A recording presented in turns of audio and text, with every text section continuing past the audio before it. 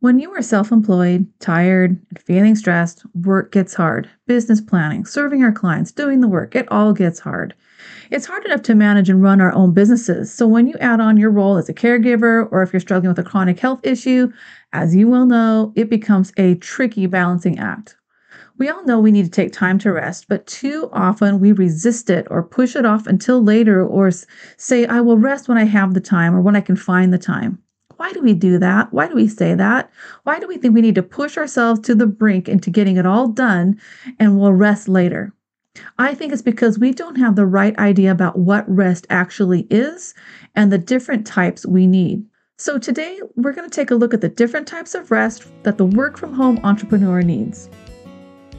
Hello there, and welcome to the Selah Entrepreneur podcast, where we take a look at doing online business a little differently for women over 50.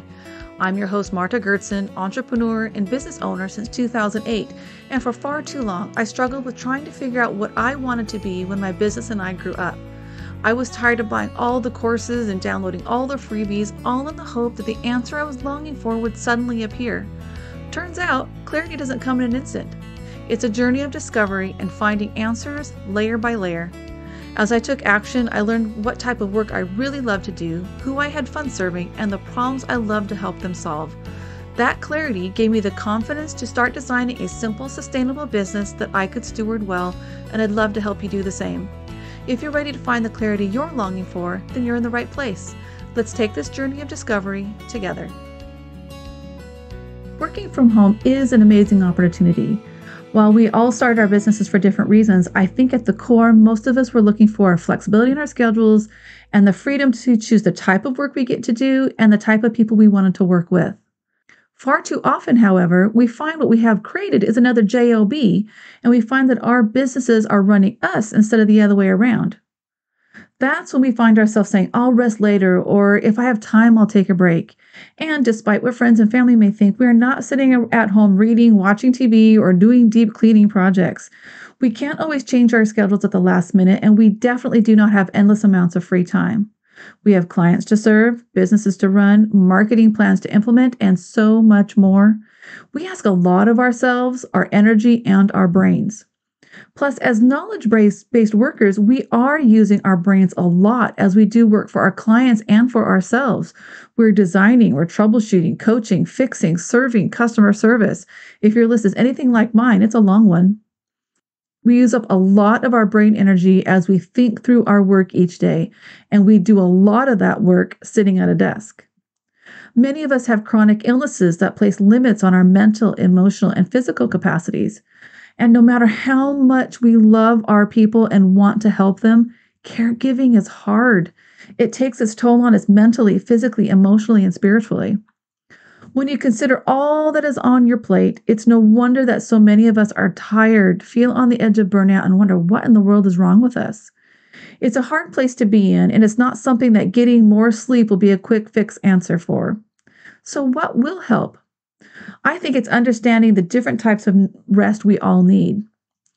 So you may be asking, what do you mean by what types of rest? I was inspired by reading Dr. Sandra Dalton Smith's book called Sacred Rest. I have done a lot of study and research on rest over the years as I have found myself creating a job, as I found myself more in a caregiving role, and as I found that I had a chronic illness that was progressing, that it was causing me to need more rest, but more sleep just wasn't the answer. And after reading her book, I was even more convinced that there are different types of rest that we need. In her book, she describes 7 types of rest that we all need in our lives. And if you've been around here in my little place of the interwebs for any length of time, you may have heard me talk about the 5 different areas of rest. But after reading her book, and because we're entrepreneurs, I agree that there are 7 different types of rest that we need. And because we are entrepreneurs, I've actually added an 8th. And I know 8 sounds scary. That seems like a long list. But as you will hear, we don't need all 8 every day, all day. We have seasons in our lives when one area or the other is feeling maxed out and needs extra attention. So it's good to be aware of the different types of rest we all need. Then you can take stock from time to time and learn to identify when you need to pay attention to certain types of rest and when you may need more in one area than another. The 8 areas include physical rest, mental rest, emotional rest, faith or spiritual rest, creative rest, relational, sensory, and resting from work. So let's look at each area and take a look at what each type of rest is and what different ways you can find rest in each area. Area number 1, physical rest. And remember, physical rest is not just about getting more sleep or taking a nap. There is active rest, there is passive rest, and there is pacing, learning to pace ourselves and learning to honor our limits. For example, passive rest, you may need more sleep. That may be the place you need to start, but maybe you just need a long hot bath. Maybe you need some pampering for a little bit. Maybe you just need some gentle stretching that really just helps you relax. For active rest, for me, a lot of times it's going out and working on my garden. It's definitely going out and walking my dogs. Some people may like jogging. And amazingly, if you think about it, food that you eat can make a difference in your physical rest. Eating food that gives life and is easier for your body to use and to process instead of all the junk food that we often crave, or eating foods that do not work well for our bodies, that can impact our physical rest. The second area is mental rest. We use our brains all day long in our businesses, in our work, in our coaching, in our serving. And as we've talked about before, we need to give our brains a break. If you find yourself having trouble getting your brain jump started in the morning so you can start your workday, or if you often walk into a room and forget, why did I come in here? You may need some mental rest. So things to consider are you leaving enough room between Zoom calls and client calls? Are you limiting how many client calls or Zoom chats you have in one day? Zoom fatigue is a real thing. Are you leaving your desk, your office, or changing your scene regularly and moving around? Are you keeping a central place to jot down notes and ideas? And as we talked about in episode number 5, are you brain dumping? Stop trying to remember everything. Give yourself and give your brain a break and find a way to keep all those notes and those ideas and everything that is cluttering up your brain in a central place and start writing it down and make that a regular habit. Area number 3, emotional rest. Raising my hand on this one, but are you a people pleaser? Are you an empathetic listener? It's people just find themselves talking to you. Do you work with or live with emotional takers and drainers? If you feel you have to stuff your emotions away and have nothing left to give a client, your friend, a family member, or even yourself, you may need emotional rest. Do you have a person who asks you, how are you, really, and really mean it when they ask it? Do you have a safe place to speak up, say, you know what, I'm not okay? So a couple of things to ask yourself. Do I need to seek out therapy and have a safe and supported place to share how I'm doing and learn how to process these and manage these emotions rather than stuffing them and covering them up? Maybe I need to look at having a journaling practice or a morning pages routine to help process those emotions and get them out rather than stuff them away. Do I have a person, my person, the one that I can call, text, or Voxer and ask, do you have a minute? I just need to talk. Those are amazing ways to give yourself the gift of mental rest. Area number 4 is faith or spiritual rest. If you're feeling a lack of connection, a lack of belonging, a lack of purpose, you may need spiritual rest. We all need to know that we're making a difference and we're part of something bigger than ourselves. For some, that may be church and developing a daily devotional or daily quiet time practice. I know for me that when I'm starting to feel a little bit more anxious, it's probably because I've skipped a few days of my daily quiet time and haven't spent enough time in prayer. That's a big one for me. Maybe you need to start volunteering and making sure that you're part of something in bigger and that you're seeing that the work you're doing make a difference. Maybe you need to discover your spiritual gifts and learn how to use them. Maybe it's developing a prayer and meditation habit. I love keeping a gratitude list. That is part of my daily quiet time. And when I do not take the time to acknowledge and make a list of things I'm grateful for, I find my anxiety spikes and I'm not really appreciating all the gifts that I've been given and the ways that God has blessed me. Area number 5 is creative rest. You may see the word creative and think, oh, you mean artist, but I don't mean that. If you are a coach, a deep thinker, an innovator, a troubleshooter, a problem solver, a virtual assistant, an OBM, these are all examples of creativity in action. Do you ever get to your computer and look at that blinking cursor and going, I don't know what I'm supposed to do here? Or do you find that your problem solving skills are not functioning like normal? Are you feeling uninspired and you have a project in front of you and feel stuck on what to do with it? You may need creative rest. We can get stuck with so much input that we have trouble with the output and implementing what we are learning. We need time to create. Or sometimes we become so focused on the output that we use up our creative resources and we need to refill that creative well. I love getting outside, spending time in nature, and being in awe and finding wonder in the natural world. It can have amazing health benefits, including refilling your creative tank. In her book, The Artist's Way, Julia Cameron recommends artist dates to refill their creative well, to find inspiration, to seek out beauty.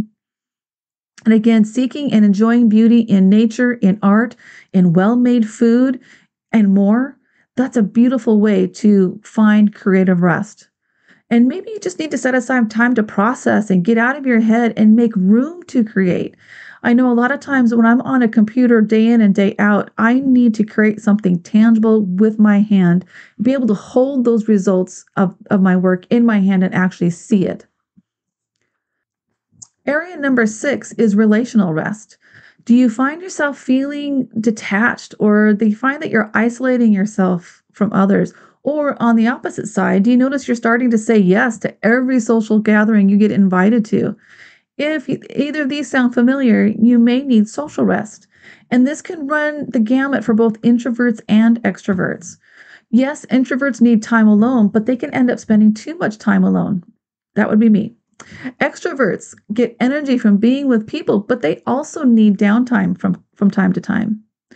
And we all have that friend, family member, or client that we really do love and care for, but it can get to the point where it's hard to spend a lot of time with them.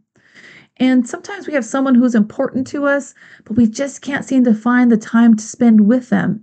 It's important to notice what relationships drain us and which ones sustain us, and be able to put some of those boundaries in place, or making a point of being with that person that sustains us. Area number 7, sensory rest. We are constantly, and I mean constantly, bombarded with beeps, alerts, videos, podcasts, social media feeds, music, the traffic going by our homes or by our offices, the clacking of our fingers all over the keyboards, the hum of electronics in our homes, in our offices. If you get headaches, or if you're a highly sensitive person and you feel like all your nerves are just below the surface and everything is just setting you off, sensory rest is something you might need to consider. There are so many things and people and projects and ideas that are vying for our attention. And so many of us have forgotten how to be okay with silence. And that thought might even scare us. And that often means we need it. In the last episode, we talked about the idea of pausing and resting and learning to be okay with slowing down and just taking a moment. For sensory rest, maybe we need to turn off all of our devices and turn off all the notifications and just sit in silence. Sometimes getting out in nature and just hearing the birds, hearing the wind, hearing the waves crashing, or the wind blowing, nature can soothe and heal frazzled senses. Sometimes we just need to engage our 5 senses away from all devices and alerts. Indulge ourselves in texture, smell, sight, sound, taste. Engage all of those senses instead of being bombarded by all the noise of technology. And area number 8 for us as entrepreneurs is resting from work. As entrepreneurs, we have this little thing called a business, and it can be all time consuming. It can be all thought consuming. It can be all energy consuming. We love our work. We love our businesses, our clients, and we love helping people, but we still need to take a break from our businesses in order to keep loving it and not let it drain the life out of us. We need to take breaks during the day. We shouldn't be working 7 days a week. We actually need to take the vacation. And adopting restful habits can make a huge difference in allowing us to learn to work from a place of rest instead of constantly feeling the need to rest from our work. We all need to develop the skill and habit of turning our business owner's brain off and leaving work behind. And that can be so hard. Adding intentional rest into our schedules can make a significant difference in this area. So before we move on and talk about what the next steps are and how do you start implementing these types of rest, I want to point out one thing. If you listen to those 8 types of rest, I think you're going to find a common thread through each of them. And that common thread is boundaries. In our physical health, our relationships, our spiritual practices, how we spend our time, how we develop and grow our businesses, boundaries is a big issue for almost everyone. And as entrepreneurs, I can guarantee you that we definitely need to adopt a habit of resting from our business. We need to have that boundary of my workday is done. It's time to spend time with family. It's time to go do something else. We all need to look at our boundaries and identify which ones need shoring up and in what areas we need to create new, healthy, life-giving boundaries. So what do we do about all these areas of rest? First, definitely do not try to tackle them all at once. Don't try to incorporate all of them into your daily schedule. That alone could be a full-time job and would cause undue stress and angst. Each season of life and of business is going to have a unique set of restful needs. We need to review how we're doing regularly and adjust our restful habits and routines as needed. And please do not compare your needs for rest to your colleagues or even your biz bestie or a loved one. We each have unique personalities, business styles, learning styles, how we serve our clients, health issues, aging parents, caregiving roles. And this means we do not all need the same type, rhythm, or amounts of rest. You are unique and have your own needs. Instead, I want you to make a unique and personal restivity plan. Now, you may have heard me talk about restivity before, and restivity simply means restful activities. And a great place to start to make your list is actually from Dr. Sandra Dalton-Smith, and you can go take her rest quiz at restquiz.info, and she will take you through a series of questions and give you a report showing you what areas of rest you may be deficit in right now. And she gives you some great ideas and a list of ways to incorporate that type of rest into your life. Her book also I highly recommend. It's called Sacred Rest. If you don't have time to take that, I want you to consider these 8 areas of rest and pick one that jumped out at you and said, you know what, that kind of rest or that type of rest really sounds like something I need, and make that your focus for the next week. You can also go and make a restivity list. And this is a list of ideas of things that you can do when you're tired and you can't think straight, that you can pull out your list. And these are some things that you can do in 5 to 10 minutes, or when you know you need a longer break. Maybe you plan something for half a day or a full day, or go wild and take a week off or an extended weekend to really decompress and rest. But having a pre-made list is a great idea for when you are really tired and you know you need rest, but you just don't feel like you have the time. If you have a list of 5 to 10 minute restful activities that you could do, you're more likely to do it. You can also go back and listen to the episode on why we need to retreat and take rest and take mini retreats. And mini retreats are a great way to incorporate all different types of rest into your schedule. So I hope you will take the opportunity today to pick one area of rest that you need and make that a part of your focus and your business plan next week. If you would like help to create your own restivity list, visit selahstudios.co/rested for my restivity idea list. Thanks for joining me. I hope you found some clarity or an aha moment that inspires you to take some action today. Before you go, could I ask a favor? I would really appreciate it if you could take a few seconds and leave a review of this show in the Apple Podcast app.